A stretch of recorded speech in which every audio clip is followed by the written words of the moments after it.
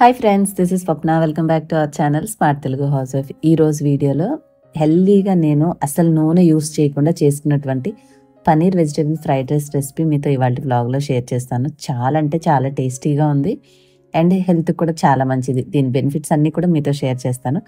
ముందుగా అయితే ఇది మనం ప్రిపేర్ చేసుకోవడానికి కొంచెం పెద్దగా ఉండేటటువంటి కడాయి తీసుకోవడం బెస్ట్. నా దగ్గర ఐరన్ కడాయి ఉంది కాబట్టి అది తీసుకున్నాను. కొద్దిగా 1 టీ స్పూన్ నెయ్యి, ఆవు నెయ్యి వేసుకొని దాంట్లో పన్నీర్ ముక్కలు మనం ఫ్రైడ్ రైస్లో కాబట్టి మరీ పెద్దగా కాకుండా చిన్న చిన్న క్యూబ్స్ లాగా కట్ చేసుకొని వేసుకొని చిన్న మంట మీద కాస్త గోల్డెన్ కలర్ వచ్చే వరకు ఫ్రై చేసేసి పక్కన పెట్టుకోవాలి.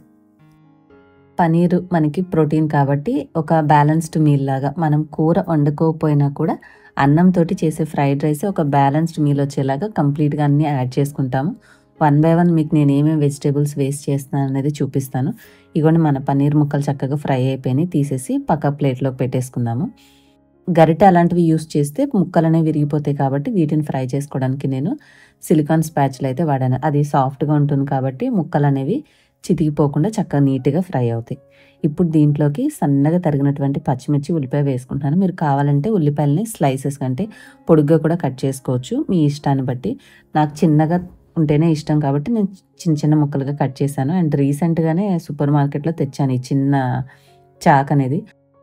కూరగాయలు ఏంటంటే మనం కట్ చేసే సైజుని బట్టి నైఫ్ అనేది మనం హ్యాండిల్ చేయడానికి ఈజీగా ఉంటే చక్కగా స్మాల్గా కావాలా, మీడియంగా కావాలా, పెద్దగా కట్ చేసుకునేవైతే రెగ్యులర్ చాకులు వాడతాం కదా.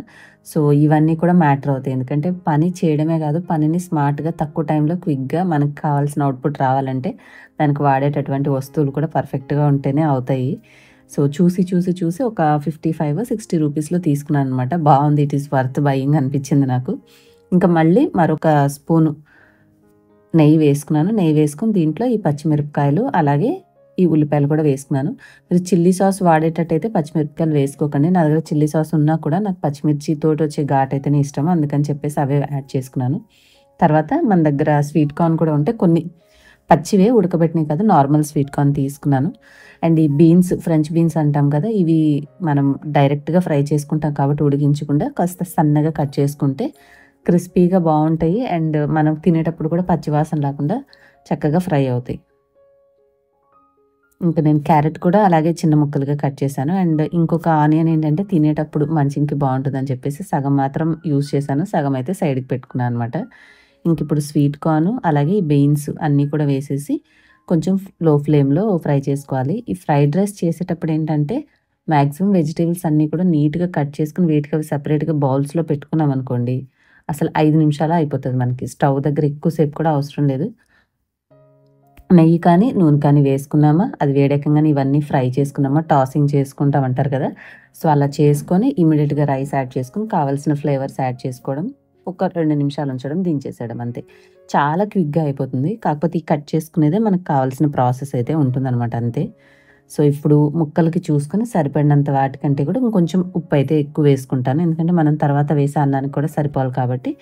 అది కూడా ఎంత రైస్ వేస్తాను, ఒక బౌల్ రైస్ కాబట్టి దానికి తగినట్టుగా ఉప్పు వేసేసి కొంచెం మిరియాల పొడి కూడా వేసేసాను. మీ దగ్గర సాసెస్ అలాంటివి ఏమీ లేకపోయినా జస్ట్ బేసిక్ ఇట్లా వెజిటేబుల్స్ వేసుకొని మంచిగా ఉప్పు, కారం, కాస్త గరం మసాలా ఉంటే అవి కూడా వేసేసి కలిపి దింపేసినా కూడా ఎక్సలెంట్గా ఉంటుంది. అంటే ఎగ్జాక్ట్గా మనకి ఫ్రైడ్ రైస్లా కాకపోయినా కూడా ఆ ఫ్లేవర్ రాకపోయినా హెల్దీగా తిన్నాము అని అనిపిస్తుంది. ఎందుకంటే ఇప్పుడు ఒక రెసిపీ చూసారనుకోండి, వీళ్ళు ఇవన్నీ వేశారు, ఇవన్నీ వేయకపోతే మనం చేయలేమేమో అని అనుకోవాల్సిన అవసరం లేదు. మా దగ్గర అవైలబుల్ ఉన్న వాటితోటి అలా చేసుకోవాలనిపించినప్పుడు మేము చేసుకుంటాము. మీరు అలాంటివి లేకపోయినా పిల్లలకి సింపుల్గా పెట్టాలనుకున్నప్పుడు ఇప్పుడు ఈ సోయా సాసు, సెజ్వాన్ చట్నీ ఇవన్నీ ఉండాల్సిన అవసరం లేదు. నా దగ్గర నేను అన్నీ ఈ ఇంట్లోకి వచ్చినప్పుడు మీకు లాస్ట్ వీడియో వేసాను చూడండి, ఒక 10,000 బిల్ చేశానని. సో అప్పుడు మొత్తం అన్నీ కొన్నాను అనమాట. ఆల్మోస్ట్ అన్నీ ఉన్నాయి నాకు ఏ ఇంగ్రీడియంట్ కావాలన్నా. మీ దగ్గర ఇవన్నీ ఉండాల్సిన అవసరం లేదు. మంచిగా నేతిలో ఫ్రై చేసుకున్న వెజిటేబుల్స్లో సరిపడినంత ఉప్పు, కారం, పసుపు, గరం మసాలా వేసి కూడా మీరు రైస్ వేసేసి మిక్స్ చేసేయండి. హెల్దీగా వెజిటేబుల్ రైస్ అయితే రెడీ అయిపోతుంది. ఎందుకంటే మనం పన్నీర్ కూడా వేసుకున్నాం కదా. ఉంటే నేను చూపించే ఇంగ్రీడియంట్స్ అన్నీ కూడా యాడ్ చేసుకోండి. ఎగ్జాక్ట్గా మనకి అక్కడ ఏంటి బండి దగ్గర ఇస్తారు చూడండి ఫ్రైడ్ రైస్, అదే ఫ్లేవర్ టేస్ట్ అయితే వస్తుంది, అంతే.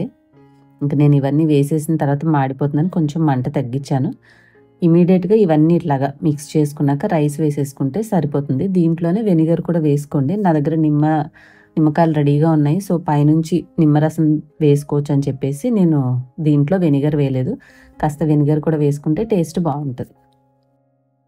అండ్ ఇంకొక పాయింట్, ఫ్రైడ్ రైస్ చేసేటప్పుడు అన్నం అస్సలు వేడిగా ఉండకూడదు. మనం ఇలా బాండిలో వేసి కలుపుతాం కాబట్టి వేడిగా ఉన్న అన్నం మెత్తగా ఉంటుంది కదా, సో అతుక్కుపోయి అంతా కూడా మొత్తం అన్నం అంతా శుద్ధలాగా దగ్గరికి అయిపోతుంది. కాబట్టి అన్నం మంచిగా చల్లారి, మనం పులిహోరకి ఎలా వండుకుంటామో సో అలా ఉందనుకోండి, కొంచెం చల్లారి పొడి పొడిగా మిక్స్ చేసుకోవడానికి బాగుంటుంది. ఇంకా ఫైనల్ మన హీరో ఆఫ్ ద ఇంగ్రీడియంట్ ఈ ఫ్రైడ్ రైస్కి వచ్చేసి నేను చూపించినటువంటి మసాలా పౌడర్ అనమాట.